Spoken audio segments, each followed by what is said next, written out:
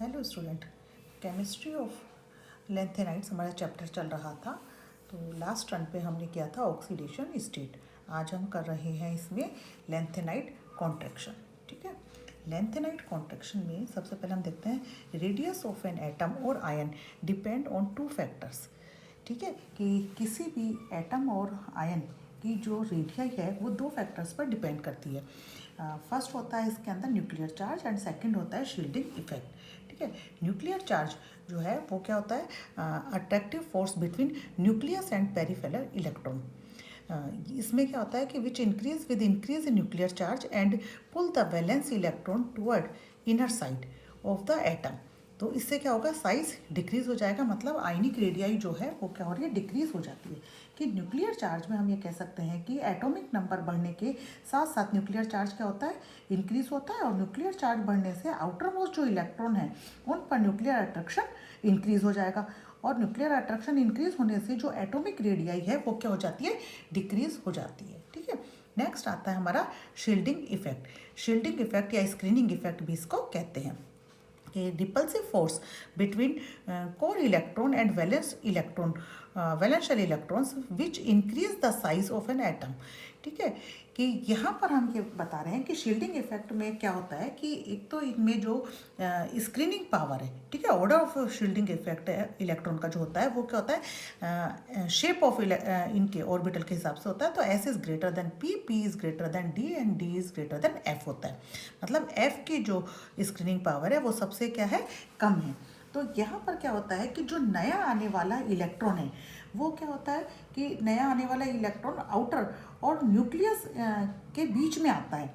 ठीक है, जिससे आउटर इलेक्ट्रॉन को क्या करेंगे, ये रिपेल करेंगे और इससे इनका साइज क्या होता है, बढ़ जाता है। ठीक है, साइज क्या होगा, बढ़ जाएगा। मतलब शील्डिंग इफेक्ट जो है, स्क्रीनिंग इफेक्ट जो है वो हम क्या कह रहे हैं कि अट्रैक्टिव फोर्स में तो न्यूक्लियर चार्ज में तो हमने कहा कि साइज डिक्रीज हो जाएगा एटॉमिक नंबर इंक्रीज होने से। यहाँ पर हम कह रहे हैं कि जो नया आने वाला इलेक्ट्रॉन है वो क्या हो रहा है कि आउटर और न्यूक्लियस के बीच में आ रहा है और वहाँ आने से आउटर इलेक्ट्रॉन को क्या कर देगा, ये रिपेल कर देगा और साइज क्या होगा, इंक्रीज हो जाता है। ठीक, लेकिन अब अगर हम यहाँ पे बात करें डी ब्लॉक एलिमेंट की, तो डी ब्लॉक एलिमेंट में जो इलेक्ट्रॉन है वो n-1 डी सब शेल के अंदर जाता है। ठीक है, तो यहाँ पर क्या होगा कि जो दोनों इफेक्ट हैं वो एक दूसरे को काउंटर बैलेंस कर लेते हैं। दोनों इफेक्ट क्या कर रहे हैं, एक दूसरे को काउंटर बैलेंस कर रहे हैं। ठीक है, और अब हम एफ ब्लॉक की बात करें तो एफ ब्लॉक में क्या है कि जो नया इलेक्ट्रॉन है वो n-2 एफ सब शेल के अंदर जाता है और n-2 एफ में जाता है।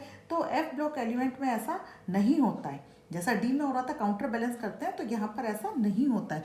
यहाँ पर ऐसा क्यों नहीं हो रहा है, क्योंकि एफ ब्लॉक एलिमेंट्स में हम कह रहे हैं कि n-2 एफ ऑर्बिटल में क्या करेगा, वो एंटर करेगा। तो जो एटम है, एटम में क्या हो जाएगा, काफ़ी अंदर तक नाभिक के पास में वो आ जाता है और इससे क्या होगा कि वो अत्यधिक नाभिक के अट्रैक्शन फील करता है और अंदर के ये इलेक्ट्रॉन वैलेंस शेल को क्या करेंगे, रिपेल कर साइज को बढ़ाने में ये हेल्प नहीं करते हैं। तो इससे लेंथेनाइट में एटॉमिक नंबर बढ़ने के साथ साथ जो न्यूक्लियर अट्रैक्शन तो बढ़ता है, लेकिन उसे बैलेंस करने वाला जो हम स्क्रीनिंग इफेक्ट कह रहे हैं वो उतना नहीं बढ़ता है। इससे क्या होगा कि इनके जो साइज है उसमें एक ग्रेजुअल डिक्रीज हो जाता है। ठीक है, तो यही चीज़ हम यहाँ पे बता रहे हैं कि एफ ब्लॉक एलिमेंट्स में क्या होगा कि न्यू जो इलेक्ट्रॉन है वो कहाँ पर हुआ, n-2 एफ सब शेल में गया और वो कहाँ होता है, डीपली साइटेड होता है एटम में। तो ये क्या होगा कि न्यूक्लियस के क्या हो जाएगा, वेरी क्लोज हो जाता है। इससे क्या हो रहा है कि जो electron in this subshell feel very strong attraction, nuclear attraction क्या हो जाएगा, इस पर स्ट्रॉन्ग हो जाएगा। तो इनर इलेक्ट्रॉन जो है वो हेल्पफुल नहीं होते साइज को इंक्रीज करने के लिए। ठीक है, increase the size by repelling valence electron, कि ये वैलेंस इलेक्ट्रॉन को रिपेल करे और साइज को क्या करे, इंक्रीज करे। तो इससे क्या हो जाएगा, इससे हो जाएगा कि इनकी जो साइज है वो डिक्रीज हो जाएगा एटॉमिक नंबर इंक्रीज होने के साथ में। ठीक है, तो यह हम कहते हैं आयनिक रेडियाई जो है वो डिक्रीज हो रही है। इसी को ही हम क्या कहते हैं, लेंथेनाइट कॉन्ट्रैक्शन कहते हैं। तो इसे हम बोल सकते हैं कि एटॉमिक नंबर जो है वो इंक्रीज होने के साथ साथ क्या होगा कि इनके साइज में एक ग्रेजुअल जो है वो डिक्रीज होता है। तो इससे जो एटम है वो क्या होंगे, कॉन्ट्रैक्ट हो जाते हैं। तो यही हम बता रहे हैं कि इन lanthanide elements gradual decrease in atomic और ionic radii with increase in atomic number is called lanthanide contraction. ठीक है, इसी को ही हम क्या करें, लेंथेनाइड कॉन्ट्रैक्शन कहते हैं। और ये जो कमी होती है वो बहुत ही कम होती है, मामूली सी होती है। ठीक है, it is very significant property of lanthanide, ये लेंथेनाइड की बहुत ही सिग्निफिकेंट प्रॉपर्टी है। ठीक है, अब यहाँ पर अगर हम आयनिक रेडियाई और एटॉमिक नंबर में ग्राफ खींचें तो वो क्या आता है, लीनियर ग्राफ आता है कि आयनिक रेडियाई हमने लेंथेनम +3 से ल्यूटेशियम +3 के बीच में हम ग्राफ खींच रहे हैं कि ionic radii of lanthanides +3 ions decrease quite regularly and linear plot is obtained by plotting curve ionic radii versus atomic number के बीच में अगर हमने कर्व खींचा है तो वो क्या आ रहा है, लीनियर आता है। ऑन द अदर हैंड अगर हम बात करें एटॉमिक रेडियाई या कोवलेंट रेडियाई वर्सेस किसकी, एटॉमिक नंबर की, तो ये जो कर्व है वो हमारे पास में रेगुलर नहीं आता है। ठीक है, कि on the other hand decrease in atomic और covalent radii of these elements is not regular. ठीक है, यहाँ पर क्या होता है, यूरोपियम और इटरबियम पे क्या हो रहा है, इंक्रीज हो जाती है। जो एटॉमिक रेडियाई है वो क्या हो रही है, इंक्रीज हो रही है। क्यों हो रही है यहाँ पर कि एटॉमिक रेडियाई ऑफ यूरोपियम और ytterbium are more than other lanthanides, कि अगर हम अदर लेंथेनाइट से कंपेयर करें तो वो क्या हो रही है, इंक्रीज हो रही है। ये इसलिए होता है क्योंकि इनके हाफ फील्ड और फुल फील्ड जो इलेक्ट्रॉनिक कॉन्फ़िगरेशन है वो क्या होते हैं, स्टेबल होते हैं। ठीक है, इसलिए यहाँ पर इंक्रीज हो जाती है। अब यहाँ पर हमने ये लेंथेनाइट्स का +3 इस आयनिक स्टेज में हमने लिया, तो इनकी जो एटॉमिक साइज है वो हम बता रहे हैं एंगस्ट्रॉन के अंदर कि लेंथेनम +3 का 1.15, सीरियम +3 का हो गया 1.11 और प्रेसियोडायमंड 1.09। तो इस तरीके से हम अगर ल्यूटेशियम तक आए तो 0.93 आ रहा है। तो यहाँ हम क्या कह सकते हैं कि जो आयनिक रेडियाई है वो क्या हो रही है, एटॉमिक नंबर इंक्रीज होने के साथ में डिक्रीज होती जा रही है। एटॉमिक रेडियाई क्या हो रही है, आयनिक नंबर इंक्रीज होने के साथ में डिक्रीज होती जाती है। ठीक है, अब इसमें भी हम देख रहे हैं कि अगर हम Z = 58 से बात करें, सीरियम हो गया ना 57 हो गया ये, और यहाँ से Z = 71 ल्यूटेशियम तक अगर हम जाते हैं, ठीक है, तो 165 पिकोमीटर में अगर बात करें तो 165 पिकोमीटर से 156 पिकोमीटर तक ये साइज जो है वो डिक्रीज हो रहा है। तो हम ये कह सकते हैं कि जो 14 एलिमेंट हैं उनमें ओनली 9 पिकोमीटर ही डिक्रीज हो रहा है। कितना हो रहा है, ओनली 9 पिकोमीटर। तो रेडियस हम कह सकते हैं लगभग क्या है, इक्वल है। ठीक है, रेडियस लगभग क्या हो गई, इक्वल ही है। ठीक, और इसीलिए हम कहते हैं कि साइज भी जो है वो इनका अप्रोक्सीमेटली क्या हो जाता है, सेम हो जाता है। यही बोलते हैं ना, इनका जो साइज है वो अप्रोक्सीमेटली क्या हो गया, सेम हो जाता है। ठीक, तो ये हम इसको बता सकते हैं कि लेंथेनाइड कॉन्ट्रैक्शन क्या है। ठीक है, कि लेंथेनाइड कॉन्ट्रैक्शन अब आपको समझ में आ गया होगा कि लेंथेनाइड कॉन्ट्रैक्शन क्या है। कि लेंथेनाइड कॉन्ट्रैक्शन में हमने आपको यही बताया कि जो साइज है उसमें ग्रेजुअल डिक्रीज होता है। साइज जो है इनका ग्रेजुअल एटॉमिक नंबर बढ़ने के साथ साथ कमी आती है इनके अंदर, और इसी कमी को ही हम लेंथेनाइड कॉन्ट्रैक्शन कहते हैं। और ये आयनिक रेडियाई में तो क्या है, रेगुलरली डिक्रीज होती जाती है और हमें एक लीनियर प्लॉट मिल जाता है। लेकिन अगर हम बात करें एटॉमिक रेडियाई की तो वो रेगुलर नहीं होता है। ठीक है, उसमें यूरोपियम और इटरबियम के अंदर क्या होता है, इंक्रीज हो जाता है। ठीक है, अब हम इसके देखते हैं कि लेंथेनाइड कॉन्ट्रैक्शन के बाद में कि जो उसके पोस्ट एलिमेंट्स हैं उन, ऐसा नहीं है कि इसी सीरीज पर ही इसका इफेक्ट पड़ता है, इसका पोस्ट जो एलिमेंट्स हैं उन पर भी इसका इफेक्ट पड़ता है। तो वो हम देखते हैं इसके कंसिक्वेंसेस ऑफ लेंथेनाइड कॉन्ट्रैक्शन कि क्या क्या इफेक्ट इनके आते हैं। Lanthanide contraction affect only property of lanthanide elements, not only property of lanthanides elements, but also it affect the property of before and after the lanthanide in periodic table. Some important consequences of lanthanide contraction are as follows. तो इसमें हम first देख रहे हैं कि occurrence of yttrium with lanthanide elements, या कह दो इसको पोजीशन ऑफ इट्रियम। ठीक है, कि इट्रियम जो है इसकी जो पोजीशन है वो क्या हो रहा है, लेंथेनाइड के साथ ही मानी जाती है। कि due to lanthanide contraction radius of yttrium +3 ion, इसकी क्या है 0.98 एंगस्ट्रॉन है, fall in the range of atomic radii of dysprosium +3 0.99 है, एंड होल्मियम +3 0.97। ठीक है, इन दोनों के क्या हो गए, ये इसके बीच में ही आ गई इसकी भी। ठीक है, तो due to this similarity in size and charge भी सेम है और साइज भी क्या हो गया, लगभग सेम हो गया ना। तो yttrium occur in nature with heavier lanthanides. ठीक है, and it is found difficult to separate this element from the lanthanide, कि लेंथेनाइट से इस एलिमेंट को सेपरेट करना क्या है, थोड़ा डिफिकल्ट हो गया था। और this fact makes yttrium a practical member of lanthanide series. इसी फैक्ट्स के कारण इसको क्या बोल रहे हैं, प्रैक्टिकल मेंबर ऑफ। हालांकि इट्रियम कहाँ रहा है, ट्रांजिशन सीरीज के अंदर आ रहा है। ठीक है, लेकिन इसकी जो एटॉमिक रेडियाई है वो क्या हो रही है, इनके लगभग बराबर है। तो पहले जब मॉडर्न टेक्निक्स नहीं थी तब इसको सेपरेशन में क्या हो रहा था, प्रॉब्लम आती थी इट्रियम की। ठीक है, नेक्स्ट है close resemblance of lanthanides.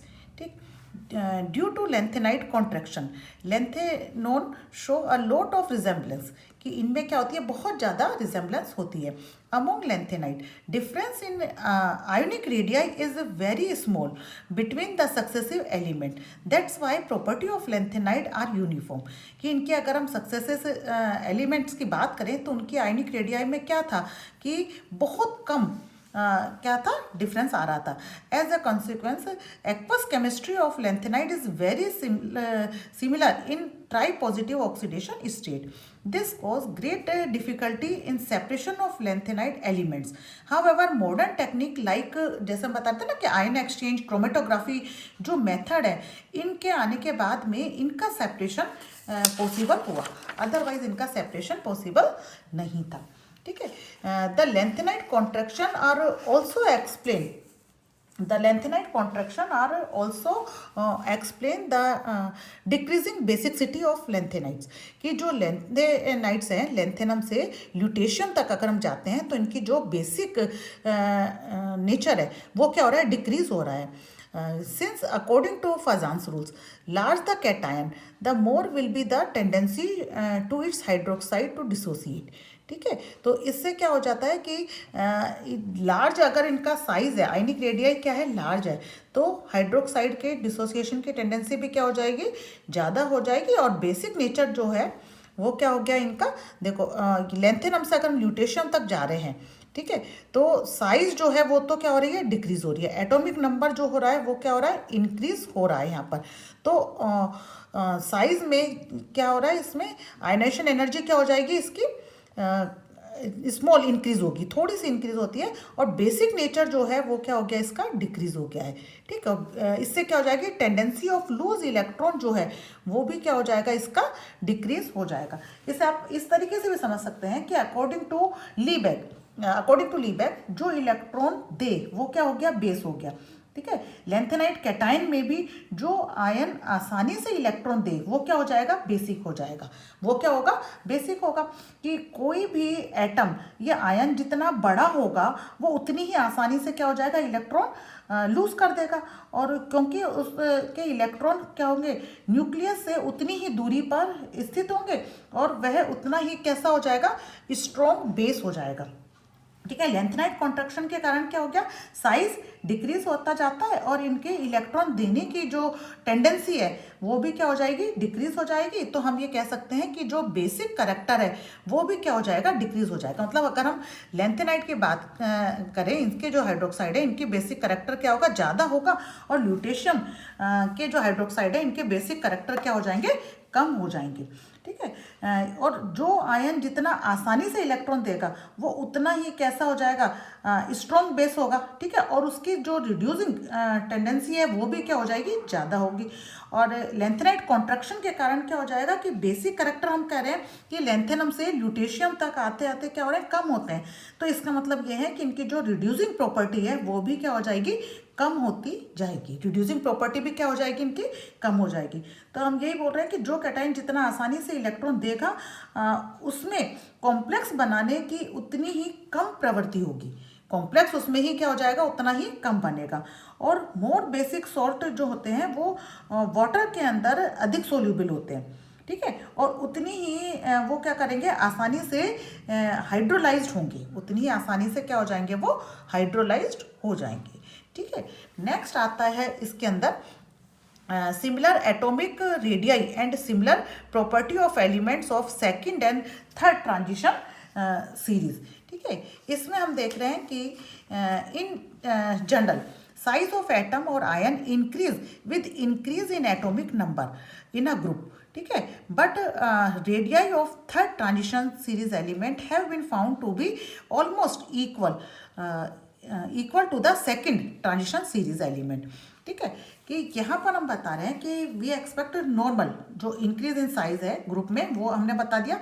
Scandium, yttrium, lanthanum, ये हमने ग्रुप ले लिए. टाइटेनियम, जर्कोनियम, हैफनियम, ठीक है, vanadium, niobium, tantalum, chromium, molybdenum, tungsten. अब ये तो हमने पहले बताया था इसका, लेकिन आफ्टर लेंथेनाइट के आने के बाद में इसमें increase in size from second to third transition series is not observe. वो ऑब्जर्व नहीं हो रहा, जैसे हमने जर्कोनियम और हैफनियम लिया.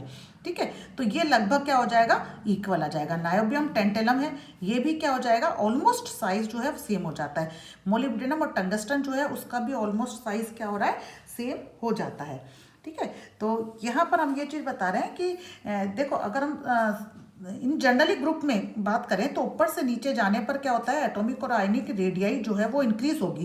क्यों इंक्रीज होगी एटॉमिक और आयनिक रेडियाई? क्योंकि जो एटॉमिक नंबर है बढ़ने से जो उनका मुख्य कोश कह दो है ना, मेन शेल जो है वो इंक्रीज होता जाता है. और लेंथेनाइट कॉन्ट्रैक्शन के कारण क्या होगा, सेकेंड और थर्ड सीरीज के जो एलिमेंट हैं उनकी मेटेलिक रेडियाई लगभग क्या हो जाती है, इक्वल हो जाती है. तो कई बार इनके आइसोलेशन में प्रॉब्लम हुई. अब यहाँ पर हम कह रहे हैं कि सेकंड और थर्ड ट्रांजिशन सीरीज के जो एलिमेंट हैं इनके अंदर इनकी जो आयनिक एटॉमिक और आयनिक रेडियाई जो है वो क्या हो गई है, इनकी लगभग सिमिलर हो गई है. तो प्रॉपर्टी ऑफ दीज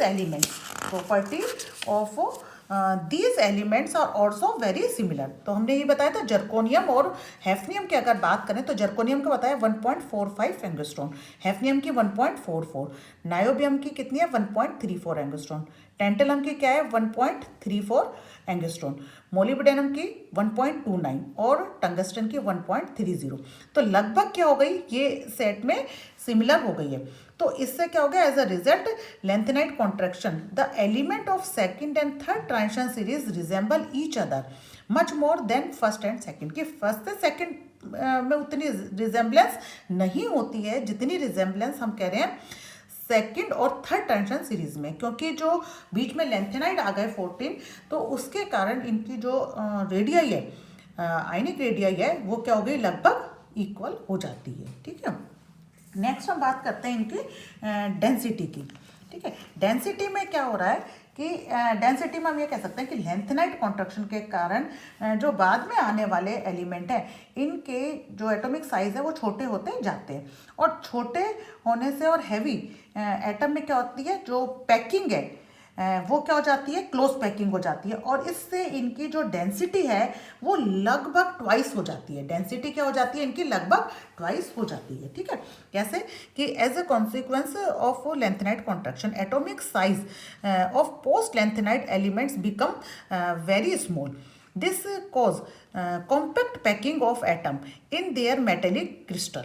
ठीक है, so their density become very high. Density क्या हो जाएगी, इनकी ज़्यादा हो जाएगी. Value of density of third transition series element almost twice to second transition series. ठीक, अगर हम यहाँ पर देखें डेंसिटी देख रहे हैं, ठीक है, फर्स्ट ट्रांजिशन सीरीज के एलिमेंट सेकंड के और थर्ड के ले लिया हमने, तो डेंसिटी को हमने ग्राम पर सेंटीमीटर क्यूब के अंदर लिया है.